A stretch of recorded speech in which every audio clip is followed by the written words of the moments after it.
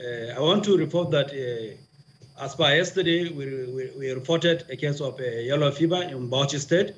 And there are a lot of activities even before the pronouncement when we had a reported case of a desire disease with symptoms suggestive of hemorrhagic fever, which was reported through the DSNO of Ganjua local government of Bauchi State. And having received such a report, we went actively and did some investigation where we have taken some samples, and then we took the sample to the reference laboratory in Abuja, where initially we were thinking it is a Lassa fever. And then when they run the second test of yellow fever, it was confirmed among the 8 samples that was taken to Abuja as a case of a yellow fever outbreak in the state. So following such a report, we swung into action by activating our rapid response team. You know, already we have an existing rapid response team, which was taking care of the Lassa fever as well as COVID-19, and now the yellow fever infection. If you can recall, last year, around this time around, we had cases of yellow fever in the state. So this time around too, when these cases were reported and confirmed positive, we reactivated our response team, which included the rapid response team to contain, including the entomology, in addition to the surveillance, case management, risk communication, as well as the logistics.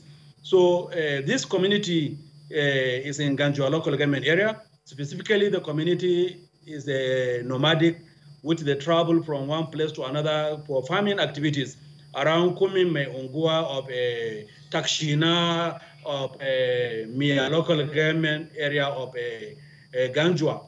So this community, they normally travel to an area which is normally a deserted area, like a farmland. They will spend like 6 months doing activities, and then later, after harvest, they will return to their normal community. So this community around Tigawan Zala of Mia local government area in Bauchi State, these cases were reported. And currently, what we are doing in the state is we have already deployed a team to meet with the local government area team for activities in those settlements that are affected. And then we have already planned for reactive vaccination, including support from the local government area and the community. This morning and yesterday, we had a courtesy visit as well as a mobilization with the community members around Mia town of Ganjua local government area. And we have already developed mitigation plan, and already we have started commencing risk communication activities. And currently we are doing active search to make sure that those that are having these symptoms of yellow fever are isolated for proper management. And then the local government team are arranging for the support from the state DSNO as well as the state primary care development agency and our rapid response team for vaccination within those communities. I know you just talked about the rapid response team for vaccination now, but then do you have enough capacity to manage this disease? Let's not forget that the COVID-19 pandemic is also still very much around. Yes, as you are aware, yellow fever is an epidemic-prone disease.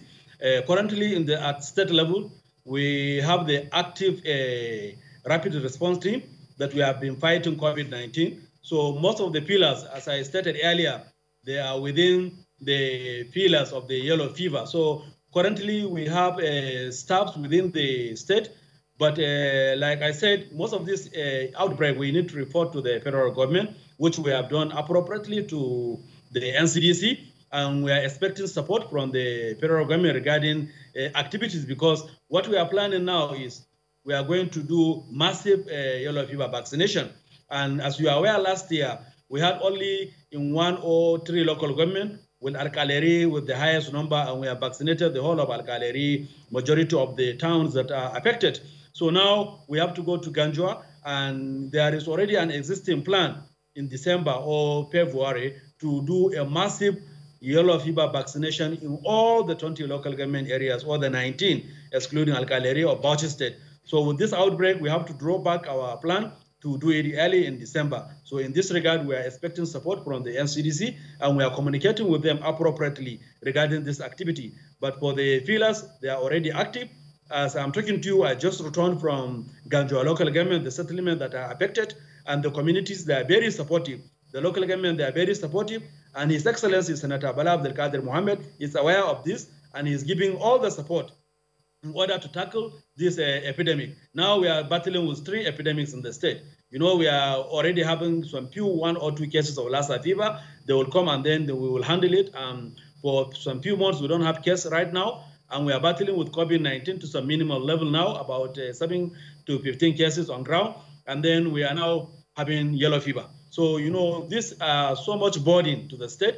But despite that, His Excellency is giving us the necessary support, and we are hoping to get more support in order to tackle this infection once and for all.